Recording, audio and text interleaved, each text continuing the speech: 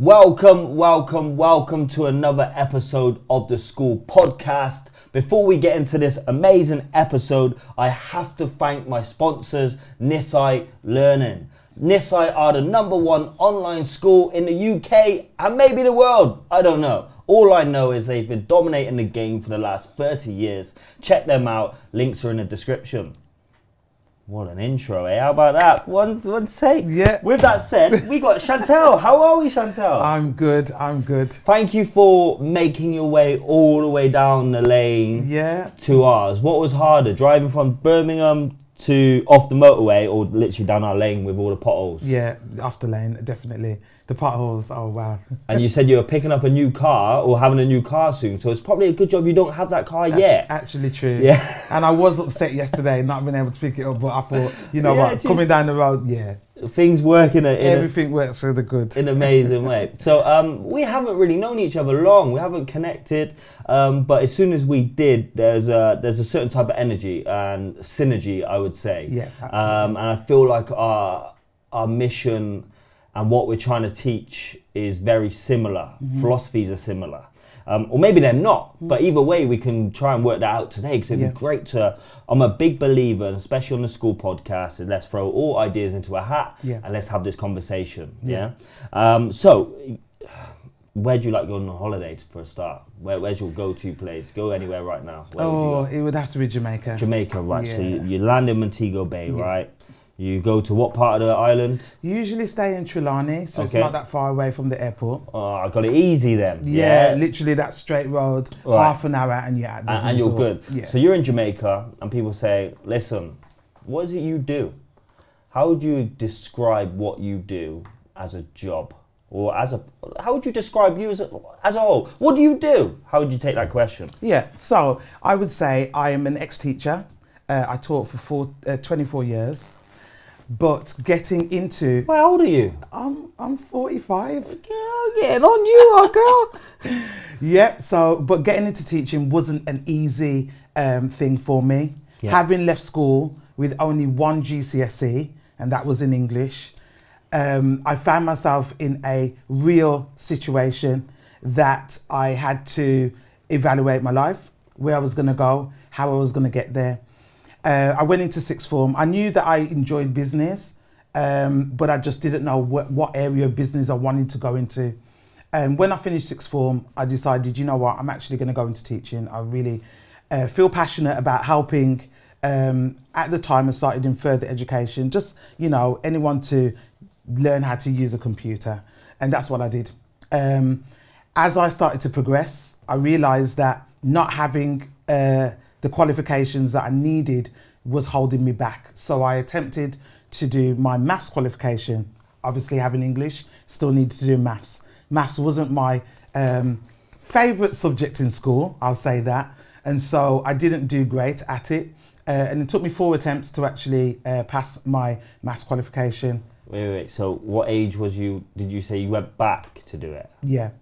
Okay. So let me fast forward. Yeah. So I decided I wanted to do teaching, but at the same time I was in a transition of dating. So I met my husband and I decided that I still wanted to teach computing, but I needed to get some more qualifications. So I did all of my computing qualifications and then I met my husband, we got engaged, and then I said, okay, let me stop what I'm doing, do some work, pay for this wedding, and then I'll go back into teaching. And that's what I did.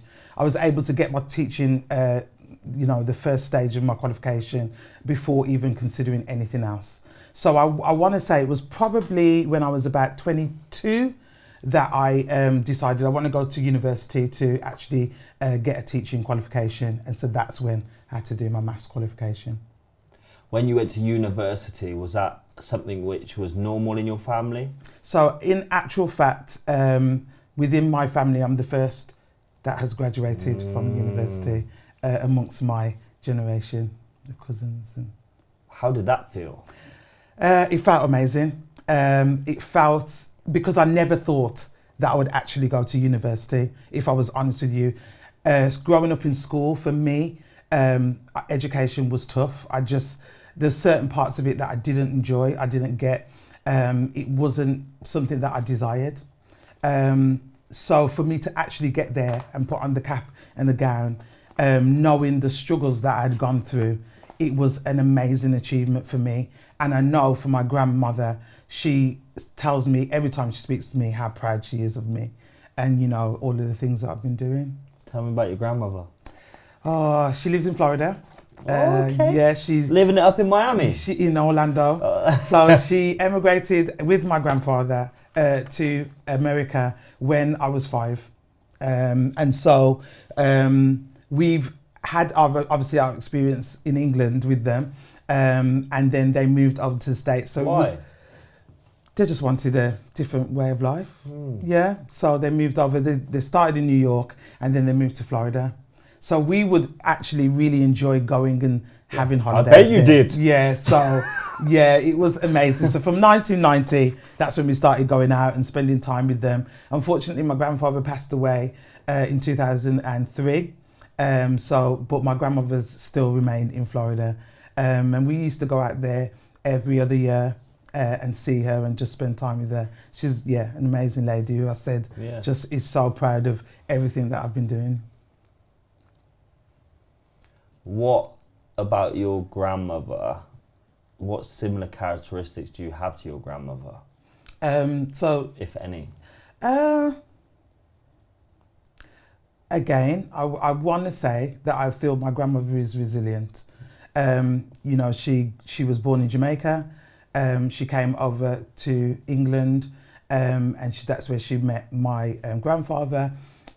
She then obviously worked and then she moved over she's been resilient in all of those transitions, all of those changes. She's been the same consistent individual. Obviously that's my mum's mum. So my mum and her are very, very similar. Very similar indeed. So they are interested in the way that they are. I'm like, yeah, mum, you sound like Nan now.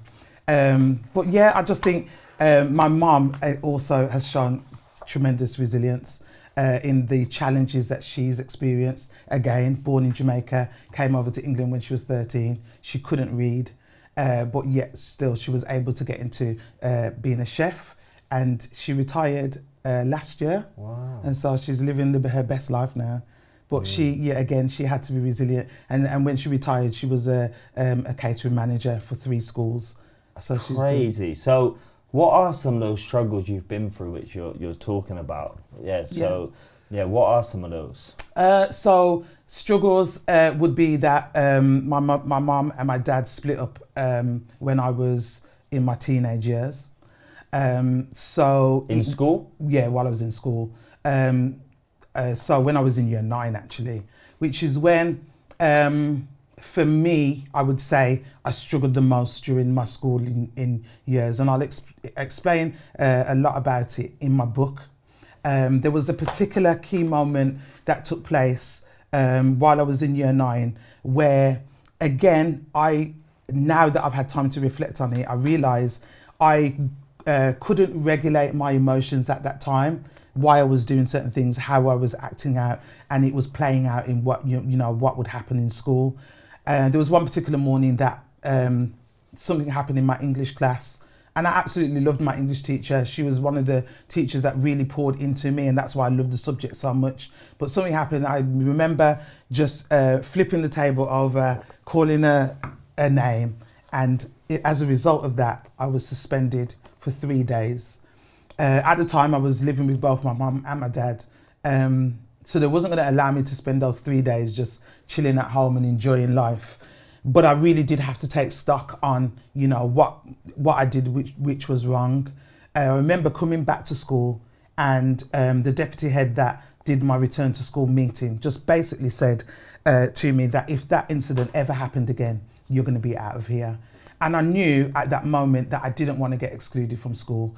That was something that I didn't want, because I knew how it would set me back in life. And so I knew at that moment I had to make the decision that I was going to change how I approach school, my attitude, my behaviour, asking for help when I needed it, because ultimately I was crying out for help but didn't know how to reach out and ask somebody to give me the help at that time. Because as you can imagine, young people, they do feel the impact of their parents separating. And sometimes at the time it is what it is, but later on you begin to understand how severe that situation is. No longer having a parent around, relying on one parent to actually, you know, make sure everything still keeps going and ticking. That is, you know, it's hard. So we're going to get into the parenting in a second. You said in year 9, obviously that happened, but then you only came out of school with 1 GCSE. So if you changed and turned things around, how did you only come out with 1 GCSE? What happened there? Again, I felt like I was doing everything that I could do to be able to come out with the best GCSE results. In hindsight, I struggled with understanding or knowing how to revise effectively. So even despite, you know, being in all of my lessons, you know, being able to get the content, being able to then translate that into an exam paper, that's where I believe I struggled. You know, because I would spend time revising, I would spend time just reading, but it wasn't going through. I wasn't able to retain the information that I know that I'd been taught in lesson. And so for me, that was what I believe was my struggle. It was a little bit too late for me at year 10 to try and turn it around in my eyes, because I just didn't have an idea. I didn't have a clue. You couldn't necessarily access the work. Or even you know, back nowadays, you know, parents get tutors for their children, and that's something that's just, you know, for some parents a standard thing. I feel like maybe if I had a tutor, that might have helped me to be able to, you know, bring out what I needed to and get, you know, the strategies that I needed. But it's hindsight right now. That was, I guess, for you, though, to then become the person that you need to become today to help as many people as you're helping, teachers, learners, but a lot. And obviously you've got the book, and I'll show it up here, The Pursuit of Success, Your Grades Don't Define You. I also know probably by the time this podcast gets released, you're going to have a second book out. Do you have a title for that second book yet? Yeah, the title is The Resilient Generation, and it's a parent's book. So it's a parent's guide to raising unstoppable children. And who's this book for? So this book is for young people. Got you. Yeah. Right, so talk to me then. Quite controversial. Yes. Well, it's not, but it kind of is. Obviously, you worked in education for 24 years. You came out 1 GCSE, managed to turn your education around, went to university to become a teacher. Your grades don't define you. Some schools won't like that. No, they won't. And I've had some backlash. But the reality is, when I go into schools, I always say to young people, the fact that I'm coming in is to prevent you from going the route that I did. I want them to be able to see school as an opportunity for them to actually learn, take things in, and then apply that to their lives. But the reality is that not everybody is going to get the grades that they wish and that they intend to get at the end of their schooling. They're not, for whatever reason. But one thing I know from experience is that day when I picked up my results and I opened the envelope, I was actually devastated. And because, first of all, I thought I let my parents down. Second of all, I knew I let myself down. And then I was like, this doesn't look good, especially for a black family. They don't, you know, the shame of it. That all of that was surrounding me. But I knew when I woke up the next day, I had an opportunity to turn it around. Yes, I only had one qualification that was, at the time, a C grade, but I then had an opportunity to go to further education. And in that environment, that's where I thrived, because I knew I was in control of my learning. And if I didn't do well, it was on me. And so I had to take some ownership of where I was gonna go. And even though, other than that one grade, all of my other grades were D's, E's and F's. I still put them on my CV. I still, had to declare them when I was putting in applications. But I also put on there, the skills that I had. I also put on there the experience that I gained. And I never allowed my grades to be a barrier to me not applying for things or not doing things. And that's where, for me, resilience comes in, because I had to be resilient, throughout my life. I would say though, so here's a few, I agree, but here's where I guess my argument would be. I feel like if you fast forward to this day and age, I think you would still go on and be successful, do what you do, have an impact, turn your life around. Yeah. However, there is no doubt it is a different time now, right? Where probably your grades are a little bit more important. Yeah. Whether we agree with it or not, Yeah. whether we agree with the educational system or not, I think there's many teachers who don't necessarily agree with it, but it's like nowadays, obviously coming out with one GCSE, you're going to end up on, a foundation course or level 1 course in college, maybe bricklaying or whatever it might be. And then that we know even like the school to prison pipeline and all of that, it's a different world, right? And when I say that, there was somebody I like on LinkedIn, a successful businessman, and he's 45, runs £1 million business, doing really well. He posted as a bit of a flex that I left school with no GCSEs, then I went to work in the factory, got an apprenticeship, and basically so on and so forth. His point he was making is, I come from nothing and this is it. Yeah. But nowadays, getting an apprenticeship is a flex. Yes. Getting an apprenticeship is almost like a game changer, right? It could change your whole family dynamic. It could change everything, because the world is tough. Yeah. I said, even working in McDonald's now, you need English and Maths or 5 GCSEs. Yeah. And they're like, what, for flip burgers? It's not about flipping burgers, is it? No. It's about the security of that job. Yeah. Everyone's always going to McDonald's. Yeah. Do you know? So it's a secure job, and there's not a lot of security at the moment, especially in the UK. Yeah. So like GCSEs, rightly or wrongly, they definitely do not define you. And I feel like this is where we're going to agree, but your habits, your routines, building that level of resilience in school is going to have that impact on where you're going to end up. Yeah. And this comes from something I come out with 4 GCSEs, just my English and Maths. My nan died when I was in year 11. She was like my mum to me. I loved her. Also ADHD, medicated, dyslexia. So I struggled. Similar to you, first one in my family to go to uni, get a degree. They didn't define me, but I think whether I got GCSEs or not, our character is probably going to make us successful regardless. So can you touch more on your grades don't define you? What is your philosophy of making a young person successful? And how do we play the system in the UK, the education system, to our advantage to go on and do whatever people want? Yeah, I've said a lot there. Yeah. But what's your take on it? This is the thing, and I get what you're saying, that this day and age, it's totally different. And I've had first-hand experience with my sons. And how old's your sons? So I've got 2 sons, one that's 18 and one that's 15. One that's gone through schooling. And I talk about him all the time because both my boys are amazing. They work hard. But my first son, he struggled through school. He just, he coasted. He had a mild learning need, which I was able to identify early and make sure that the Senko was on. And I would be in constant contact with the teachers and making sure that, he was where he needed to be. Cut a long story short, when he was going through his GCSEs, same thing, I got him tutors. We did work with him at home. I talked to him about revision and all of the things that could possibly, when he was choosing his options, we looked at where he wanted to go, what did he want to do, and we looked at choosing the options that's going to fit him best. So he had 3 that was vocational, and then obviously he had his core subjects. And so it was the core subjects he would get tuition in.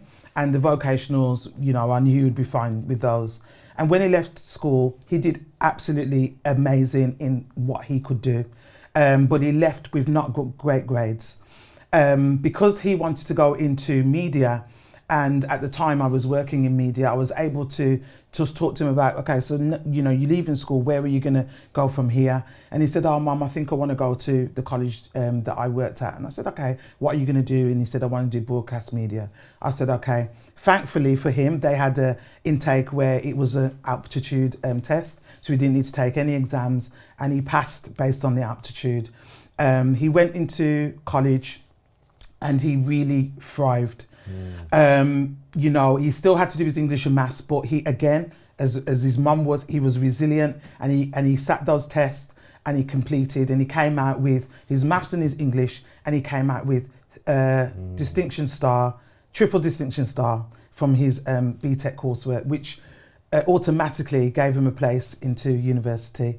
And he just was a prime example that he didn't come out of a school with all of the grades above 4, but he was able to really reach for the stars, where he wanted to be, and he worked towards it. What can schools do more of to support children like your son, like you, like me? Because even with the dyslexia and ADHD, some things, it doesn't matter how hard I work, my processing won't really get that much quicker. But doesn't mean I can't ever do it. You just got to use what you have, right? What can schools do realistically? Because you know the system, you know safeguarding, you know what schools are judged on, rightly or wrongly. How do we, or even at a government level, what could we do? But like, what could schools implement maybe? NISI brings the classroom to you, delivering high-quality live education for learners who need a different approach, whether fully remote or through our hybrid zones within schools, providing accredited teacher-led sessions no matter where you are. As a DFE Section 41 approved provider, NISI is trusted by schools and local authorities to support learners nationwide. Visit nisi.com to learn more.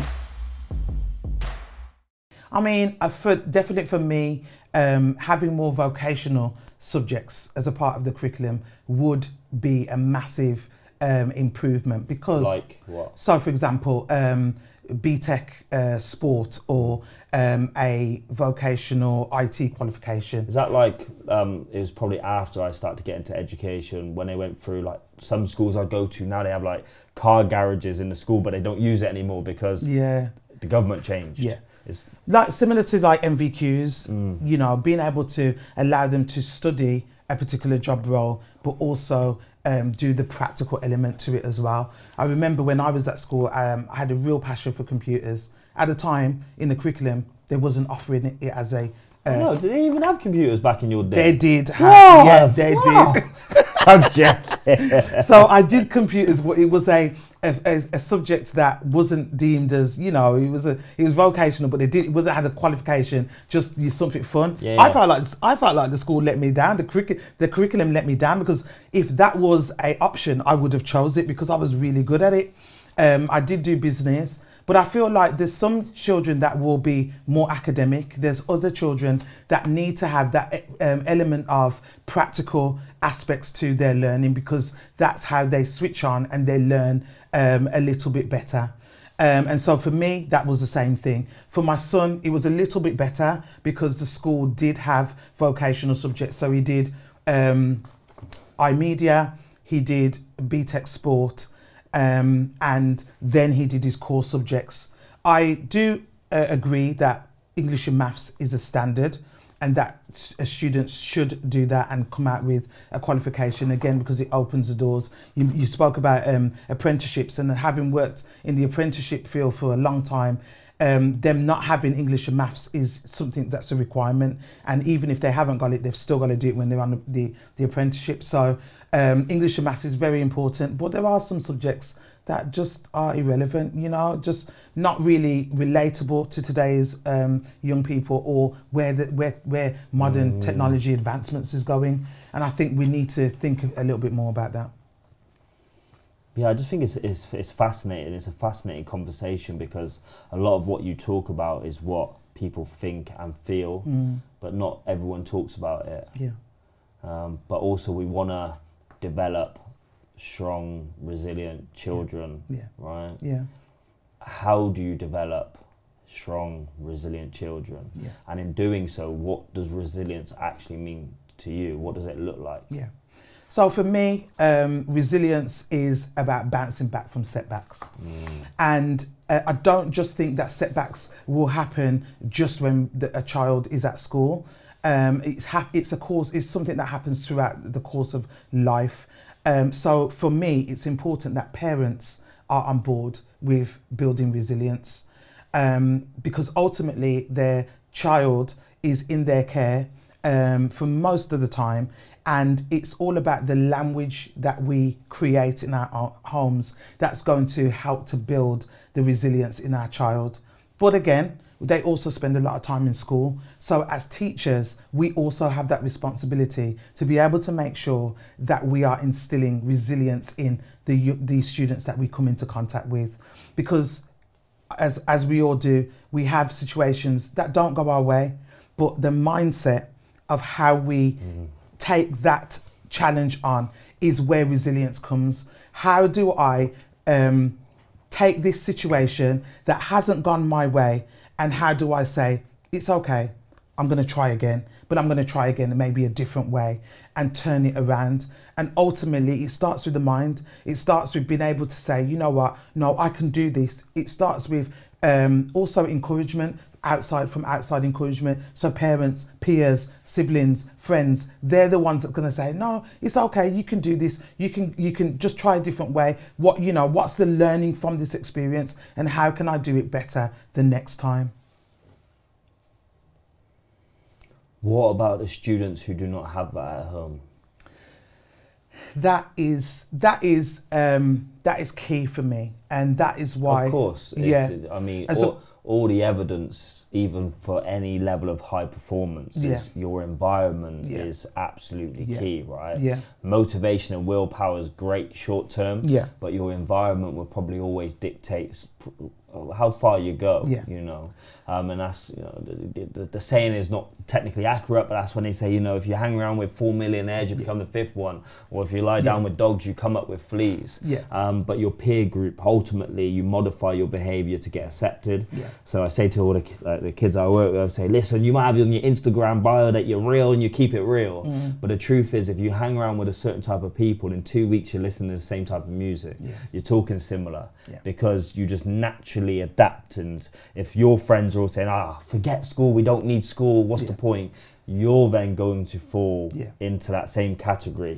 But when you go home, if you have, say you go home and you don't have that safe and that secure environment, you don't have a good relationship with your parents or your carers, and that's really difficult. How do we combat that? And that's partly the reason why I've written the second book, because I feel like there are some parents that haven't had that experience, and so it will be hard for them to be able to have that ethos, know what to do, have the right strategies, language to use. They're going to struggle, and I understand that, because some parents have come from backgrounds where they didn't experience it themselves. And that's why I feel like having this book shows them just practically how they can start implementing things in the home that's going to help to better their child. But ultimately, it isn't just the responsibility of the parents. So that's why then when they come into, there might be a part of an after school activity.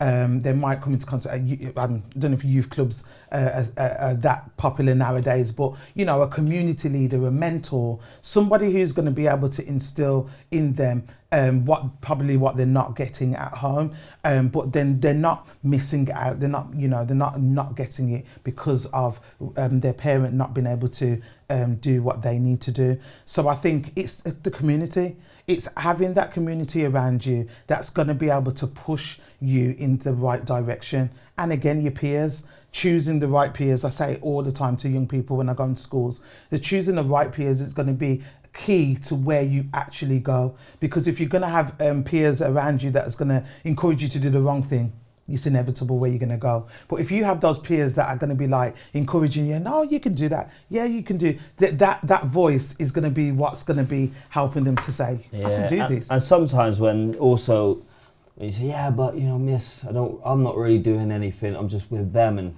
sometimes when young people sit on the fence that can still get them in big trouble. Yeah. How many times have people been in an incident and they've not done something, but then they've been dragged into it because you're there, so you're guilty.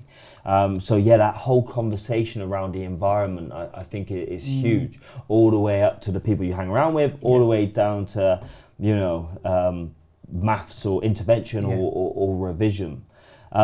What drives you at the moment? Because I can clearly see there's a passion.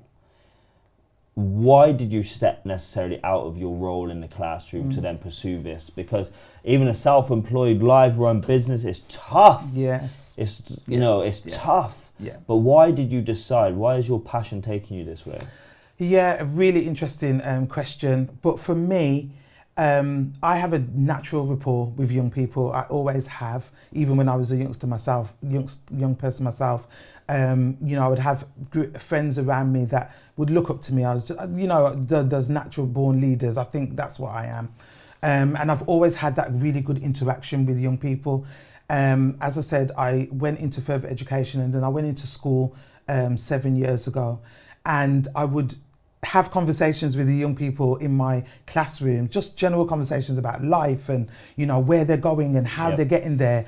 And it really did, it had a massive impact on me. And I feel like there was a lot of young people that respected what I had to say. They respected me as an individual. We just had great, rapport. Then my lessons were great because, they respected me as a teacher and they knew that I was there to do my job. But when I wrote that book, it was after many years of struggles that I had in the teaching profession, where I knew that I was capable of doing greater, but others around couldn't see, and I was constantly pushed back or stagnant in where I was. And I remember I went for a job as a curriculum manager, and I got the job, but within 6 months they said to me, we're going to make you redundant because we haven't got the numbers and all the rest of it. And I knew at that point I had to change the game. I had to flip the script because my life wasn't straightforward, and I knew that I had something to offer the young people. So that's where the first book was birthed out of.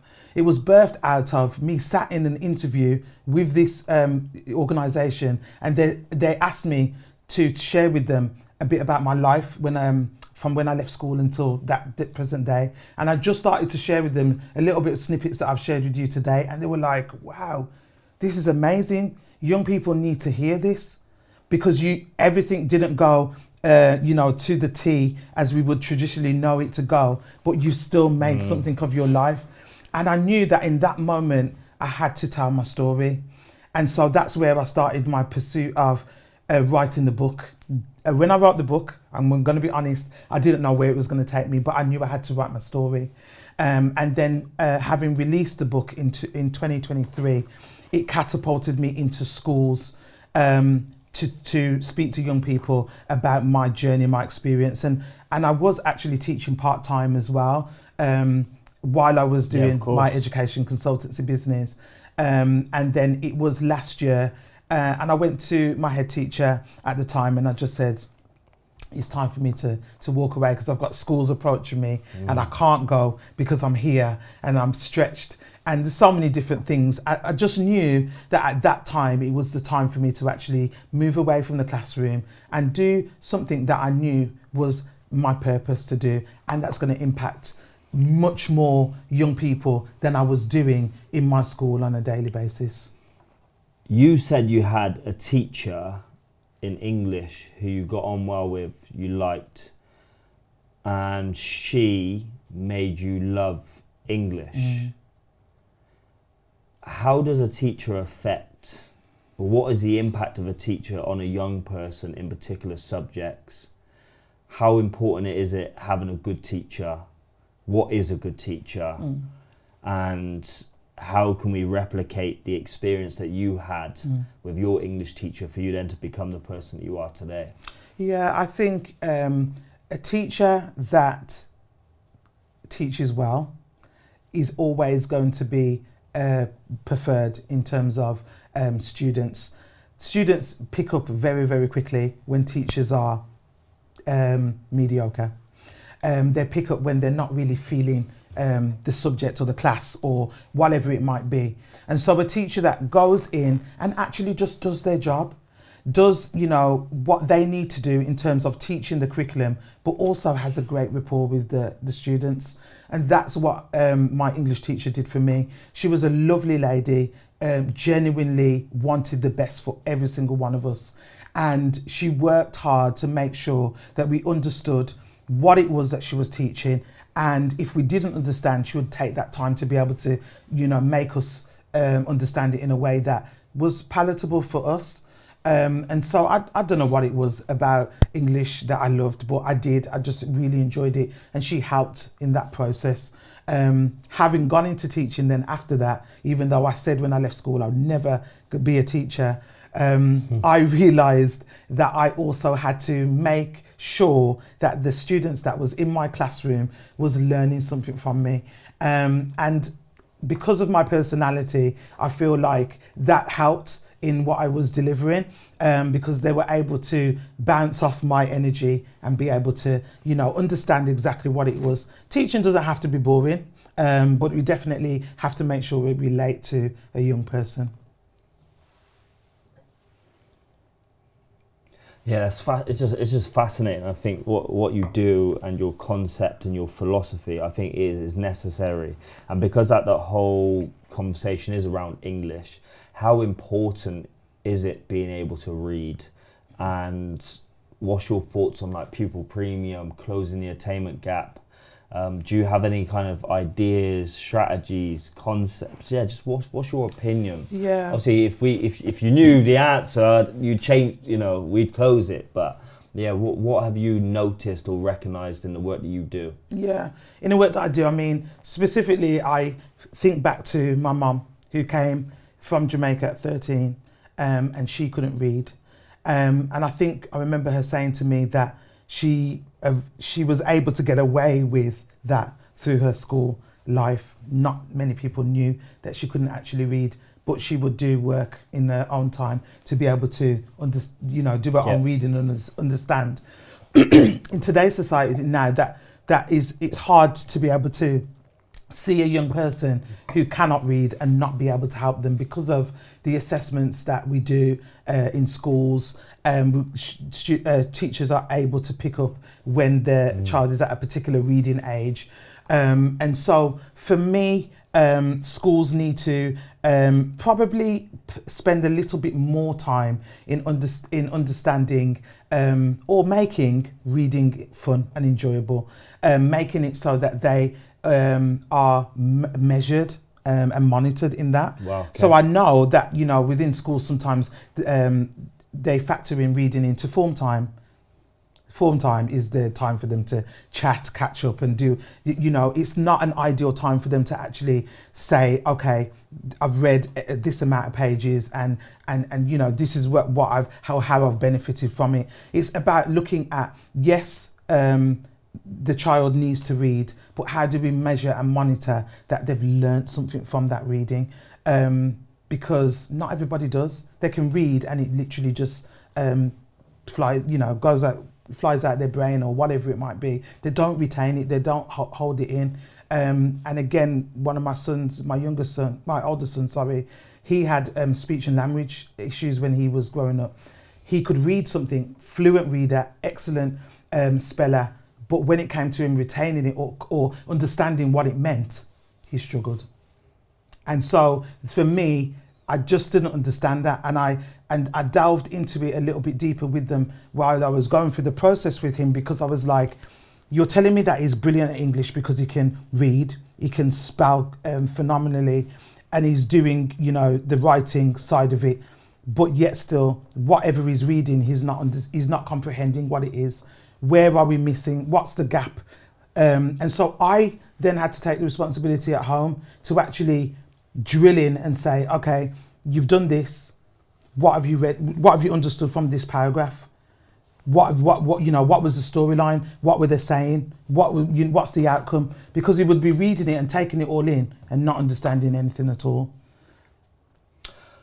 You mentioned something about form time, and I found that interesting because I'm the first one to say I feel like form time in schools is dead time. It's a waste of time. But then you said it's a time where they catch up. But then my argument would be they can catch up in the playground beforehand. Mm. But from your perspective, why is that form time critical to catch up? And Yeah, I mean, I could see it from both sides, because if I didn't rein in my form group, they would literally sit there for 25 minutes chatting and doing the most. Did you have a form group? Yeah, so I've had a form group, and the school made sure that we had activities for them every day, and so we would make sure that they were on task and that they were doing what they needed to do, because as I said, they would just be happy just to not do anything at all. But we had to make sure it was a structured learning time, that they were actually getting something out of it, whether it was numeracy, literacy, PHSE, assembly, or it had to be structured, because otherwise it would be time, just as you said, dead time wasted. Do you feel like schools do a good job of being effective in form time? And do you feel like it's valued by teachers and students? And I think that there's rooms for improvement for form time. As I said, when I was at my last school, I had a form. We had the structure. We would do the activities with them. We probably needed that little bit extra time to be able to mark and give feedback to the work that they did. So whether it was the numeracy booklet, so did it kind of feel sometimes, it just felt rushed, a bit of a tick box sometimes, yeah. But also I guess a benefit of form time is you develop a relationship with the students, and that's also your time to check in with them as well, right? And you can probably tell, or teachers can tell, if there's something's up, just maybe by the student walking in the room or whatever it is, and it's probably that safe and secure environment where you can just, are you all right, you okay? Even if you just, and you, do you know what I mean? And you know these students, amazing. You said about this whole concept about making reading fun, but some students can't really access reading, or they struggle with reading. And when we're not very good at something, it's not particularly fun. It's the opposite of fun. That's why we avoid it, and then we go down the rabbit holes that we go down. How do we make reading fun? Is it about being honest about where the student's at, and then I guess putting a plan in place to ensure that they can get better? But if somebody's, got a reading age of a 10-year-old, but they're 14, and everyone's reading these books, but the person's pretending to read it, they're not going to find that very fun. No. How do we make reading fun? So I'm a school governor, so I chair a board of an inner city school, and I've seen them turn literacy into a way of their school culture, and the way in which they do it is it's special. And they've had young people that have had lower reading ages, and within the year has turned that around drastically. They obviously have reading time. They have reading. They have interventions, so they take them out. They work with the lower achieving students on a one-to-one. Again, setting a plan in place and making sure that yes, this is what the level that they're at, but how can we make sure that they reach the next level up by the next term, or whatever it might be, and actually working with the students so that they begin to enjoy what it is that they're doing. And they've done that model for the last couple of years, and it's worked really, really well. And so I think schools need to... making it a part of the culture. Yeah. What is the impact of somebody who cannot read? They're going to struggle. They're going to struggle in life to be able to communicate, to be able to get anywhere.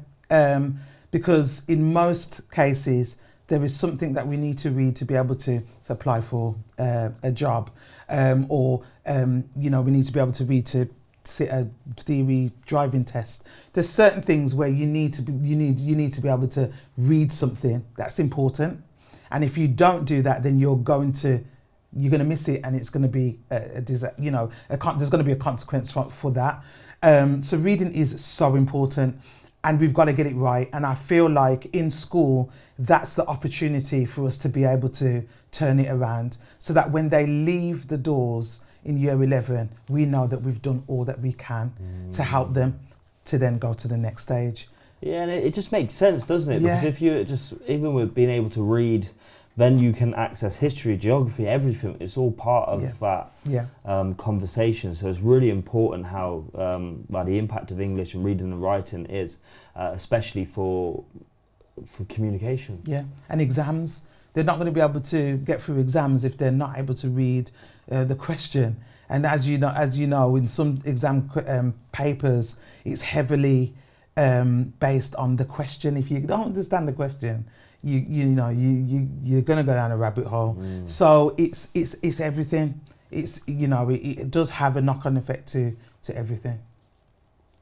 With over 3 decades of experience, we specialise in supporting young people with special educational needs, attendance issues, and students at risk of exclusion, as well as elite athletes, performers, and families who travel and need continuity in their learning. We combine in-person mentoring and virtual learning with small class sizes, subject specialist teachers, strong pastoral care, and rigorous safeguarding to ensure NISI students feel safe, supported, and ready to learn. Visit nisi.com to learn more. If you had a magic wand and could change anything in education, what would you change? I would change teaching young people life skills. So I think that it's done in PHSE, but it's not done enough. Even in their subjects, their practical lessons, just getting them to understand through this subject or through this job career pathway or whatever it is, these are the skills that you need to be able to work on and work through. Again, I say a lot to schools when I go in there, teachers are always on students, be on time, be on attendance, punctuality. But do we explain why? Do we explain that we're teaching you now to be on time for your lessons or be on time for school? Because when you're out there in the real world, if you are late for work, you probably won't be in that work by the end of the week, because people are looking for you to show up on time. Yeah. We need to explain to them why we're drilling this in so hard. Connecting the dots, isn't it? Yes. Yeah. And just showing them this is the reason why, because, and I say in my assemblies that this is the training ground for you, so that when you leave here, you know how to perform, you know how to communicate, you know how to do what you need to do in order to get through this world. Yeah, I just think it's just a fascinating one, and it's something that I talk about quite often, even with the students that I work with. And if they have a disconnect with the teachers, they're like, well, the teachers are getting paid, so they have to be here. I said, yeah, but when you start to chuck in a rent, mortgage, all your bills, your car payments, this and that, a lot of teachers not getting a huge amount of money what you think they are. So then they're working to pay their bills. So they're here because, a lot of them could probably be doing more. Yeah. So they are here and they do care. But if we're talking about connecting the dots, I think it's just fascinating about the whole routines and the habits. And some of the students I work with, sir, I'm just going to go work for my dad. I said, okay. Does your dad own the company? Nah, but somebody else, he said I'd come work for him. So you don't know that? Yeah. Yeah, I'm just going to get an apprenticeship. Yeah. Have you spoke to the boss who could give you the apprenticeship? No, he said my dad said it'd be cool. You're leaving in 6 months. Yeah. This whole excuse of saying, like, falling on thinking I'm going to get an apprenticeship, you've not applied for anything else. Now you're going to probably end up being stuck in college for the next 4 years instead of just 2. Find these conversations, reach out, but also back to the habits of, I'm just going to go work for my dad. I think sometimes it's a cop-out. And I said, not like this, you're not. Yeah. And they're like, what do you mean? I said, if you show up late for your dad, or you have the same attitude here that you have working for your dad, you're putting your dad or your mum in a really difficult position where they're going to have to sack you. Yeah. Because it don't matter how good you, or just because you're my son, I'm not going to spend £1,200, £1,500 a month paying your bills if you're not pulling your weight. Yeah. Life doesn't work like that. No. The training ground. Yeah. And I just feel like they're in this bubble, that school is, and they just do not understand what it takes to operate in the real world. And another thing that I would say that schools should do, if I had that magic wand, is to spend more and I know it's going to be a controversial because budgets are tight, but spend more on career options, and just getting them to realize or understand from very early on what is it that you want to do for a career. And if they don't know, that's fine, but getting them to start researching, exploring, thinking about the things that they do well, because that's going to help them in choosing the right GCSEs, and then knowing what their route's going to be like. You know, are they going to go to college? Are they going to go straight to apprenticeship? Do they want to go to university? What do they need to be able to do this career? Again, as I said, the skills, all of that, it gives them that bigger picture, that they're not just thinking, oh, I'm just going to school because my parents are telling me to go to school, but they're going to school because they're thinking, by doing this, I'm going to get out and I'm going to be this. And it's just show that aspiration that, you know, I can do this, I can achieve this, I can get there, but having that focus. And it's also about challenge. What I mean by that is, you know, I would say to a student, what do you want to do? An apprenticeship? And they're like, yeah, I want to do this, I want to do that. I said, perfect. I said, that's amazing. I said, do you have one lined up? No. I said, what do you think we need to do? We create a plan. Okay, cool. And the whole group could be in it. And they could then say, yeah, when I go home then, so I'll do what you say. I'll make some phone calls and go from there. I said, okay, cool. Yeah. I said, if there was an opportunity in front of you right now, would you take the call? Would you make the call? And they're like, of course I would. Yeah. So I get my phone out like this. All right. I get my phone out and I say, here's your opportunity. Let me Google some places. You want to be a car mechanic, car garages around here. And I say, like this, and I put it on loudspeaker. I said, there you go. Introduce yourself, ask if you got an apprenticeship. And straight away they're like, And then I show them an example. And we've got many videos pretty much where we showed it. I show them what it's like. Yeah. Now it's your turn. Yeah. See, that first time was probably bad. You messed up your words, you stuttered, whatever. Yeah. However, it won't be bad next time. Yeah. And that no hurt. Good. The second one won't hurt that bad. Yeah. Let's keep ringing. Let's go after it. Yes, grades don't define you. Yes, grades not everything. Your character, your ability, and your willingness is very important. Yes. And if you're willing to put yourself out there and try, say you applied for a job. How many times? An apprenticeship online. And you applied for it. Yeah, but sir, I applied for this apprenticeship 2 weeks ago. I've not heard anything back. So how many people do you reckon applied? What do they say? I don't know, 100. I said, okay. I said, instead of waiting, call them up and say, hi, my name is Cameron. I applied for a job 2 weeks ago for an apprenticeship. I really want to be a car mechanic. I've seen your business. I see what you do. I love everything that you do. When would be a good time I can come in for an interview? Straight away, imagine being a boss or owner. You'd be like, scrap the other 99, come in tomorrow. Don't worry about dressing up, just come in. Let's have a quick catch up. Let's have a chat, see what's going on, and we go from there. But people are not willing to do that.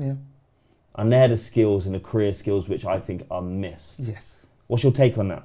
Absolutely. Communication, I believe, in young people is that taboo. They are great communicating with their peers. They obviously are, it's their downtime. But when it comes to communicating with somebody who's maybe a little bit older, an employer, they struggle because they do want to get it right. And I feel like that fear of rejection or failure will come on them. So being able to be shown how to communicate effectively, and this is the model, this is the script, now you have a go. I've done it, I've shown you how to do it, now you try. And only by them doing it, they're going to be able to learn, and they're going to be able to understand, okay, this is it. And evaluate how their first call went. And as you said, the next time it will be better because then they've changed something differently. Having that time with young people to allow them to communicate is very, very important, because I find that in lessons, they're not really given that opportunity to communicate really, unless they're answering a question or, doing something. But we've got to give them that opportunity to say, look, this is important. You have to be able to sell yourself, because that's what employers are looking for. And that's what's going to take you through, life. being able to communicate in an interview. You don't come there with the slang and think that you impress, because it's not. It's all about showing them the importance of how this skill is gonna get you through life. Yeah, but miss, what do you really know? I'm just gonna go and run a business one day, and I'm gonna earn millions. I'm gonna do TikTok, YouTube. I'm gonna run a business. I'm gonna sell this. That's what I'm doing. Why do I need this, miss? Why do I need it? You need it because this is the thing. You think that that's okay, but it's about experience. It's about credibility, and people will always want to see that you have stuck at something. So this is why you need it, because people will want to, not necessarily to look at your grades, but to look at that you've stayed in school and you've applied yourself and you've completed a section of education. And it's about showing your resilience. It's about showing that you've got the mindset to actually start something and finish it. And so having qualifications coming out of school with something is going to be a door opener for you. Even in business, again, it's the credibility. People want to see that you've done something before that's going to be worth trusting you to be able to spend my money with you. If you could sit down with any one person, dead or alive, they don't have to be famous. Well, they can be. Who would you sit down with? Oh, I would sit down with Stephen Bartlett. Okay. Yeah. So I've been following him, his podcast and his journey, and I just think his life is really, really interesting. Simply because I think I watched an interview of him saying that when he left school, his parents didn't give him his GCSE qualifications. He does not know to this day what he got for his GCSEs. Yet how he has turned his life around, how he's made something of himself, business-wise and everything else that follows him is amazing. And I would love to just sit down with him and just see, his mindset and how he's gone about it, because ultimately his grades didn't define him, because he didn't know what they were, first of all, but he still went for what he believed he was supposed to do. Is that not a little bit of a bad message to our young people, though? Because Stephen Bartlett is a one in a kind, right? And we know about the school to prison pipeline. We know, because you've said it, about the English, the importance of reading, and actually how that can have an impact. Like, I love that type of story, but I'm also very aware of, you had that like Simon Squibb guy, I think, at least got his book out there. I'm going to read it just to see if what I think is true. And I think sometimes they really do a good job of slating schools, the educational system. Yes, there needs to be a lot of work on it, but teachers are doing a brilliant job, as you know firsthand. Yeah. And then you get these people saying the educational system is outdated, it's rubbish, it's that, it's this, you don't need school. But then, and look at me. I will say this though, I haven't heard him slate school, but he did actually complete school. Okay. He did do his GCSEs. So it's not that he's rebelled against it, but I believe in his interview he was saying that his dad withheld the results from him because he didn't want that to be the box that he was blocked in, and that he wanted him to still go for what he believed he was supposed to be. And that's what I think was the thing that didn't stop him. But I just love your approach, to be fair, and I think this is approach what needs to happen more, because you're not really sitting on what, like, you understand. You've worked in education, you've worked with young people for 24 years. Like, you've lived it, you've breathed it, you've seen the good, the bad, the ugly, everything. And I like that you don't just go down one way or the other. It's kind of like, let's chuck ideas into a hat, work it out. And that needs to happen more. And people need to listen, right? Because you could easily go down, you don't need school, and then you create an echo chamber of all these examples and reasons why you don't need school. But then we also know how important reading is, and how important we need it, and how the connection and feeling safe and secure. If there was one kind of message you would want to pass on to education before we wrap this up, what would that be? What's in your heart at the moment? What's driving you forward? And not just about your books, obviously you're in the process of writing your books, so you're very you're going to be engraved in that, but as a whole, if you left one final message to the world, to education, what message would you leave, Chantel? My message simply would be prepare young people for the real world. And as I said, in everything, so in education, in life skills, and making them start to see where it is that they want to aspire to, and helping them to get there. Amazing. What's next? The book?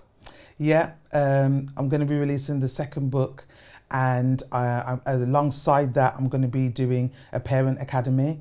So parents that are, that want to come on. Within the book, I do have strategies, so like sections of the book where they can take and use at home, parents' guides. But I'm going to delve a little bit deeper into the parent academy with that. So there are parents, as I said earlier, that haven't had that at home, and they want to do well for their kids. They want to make sure their kids do well. So it's for them. And again, I'm still continuing to do the podcasts and going into schools and talking to young people about resilience, because it's a word that's been used quite frequently. I'm noticing nowadays, and it's not just young people that experience this. I've had people contact me and say that they're struggling at whatever age of being resilient, and so just having that that passion for resilience. During the lockdown, I saw how our young people's mental health, their resilience just was deteriorating. And it was more apparent to me that young people needed to get that passion, that fire back in their bellies for, going for things, not giving up, even though the door's shut, still going, but going, try another way. Because that's was slowly just dimming. The light was just slowly dimming within the young people, and I get it, because the pandemic wasn't easy for all of us, but it definitely wasn't easy for them and all of what they had to experience. And so my passion is helping young people to see that they can be resilient and they can go for whatever it is that they desire to do. Amazing. Send me all the links you can. Okay. I'm going to put all the links in the description. I really love this conversation, and I'm sure I'll be coming onto your podcast at some point, and it'd just be great to dive into this more. But I think we need to just challenge education as a whole to have more of these conversations. Absolutely. Because I think sometimes it's very fixed, and it's my way or no way, and it just doesn't work sometimes. No. As you know, every year group can be different, every school can be different, every person is different. You might really push on a student the academic side because they could go and become a doctor, but some other student like myself who's heavily dyslexic, just pushing it might not necessarily be the best approach. So then we have to be able to adapt. And hopefully in education there'll be a lot more time, resources and funding where schools can start to implement that as well. Amazing. Thank you, Chantel. You're welcome. There you have it, guys. There is another episode of the School Podcast. I love this one. This one's very close to my heart, especially because it's all the stuff that we do in schools anyway, and it's necessary to have that perspective, because the more we dive into those conversations, the more we can all learn, grow, develop, and maybe find a solution one day. Who knows, right? We're trying. With that said though, massive thank you to Nisai Learning for being our sponsor. They're the #1 online school in the UK. All their descriptions below, Chantel's as well. Like, comment, subscribe and share, and I'll see you on the next episode. Bye bye.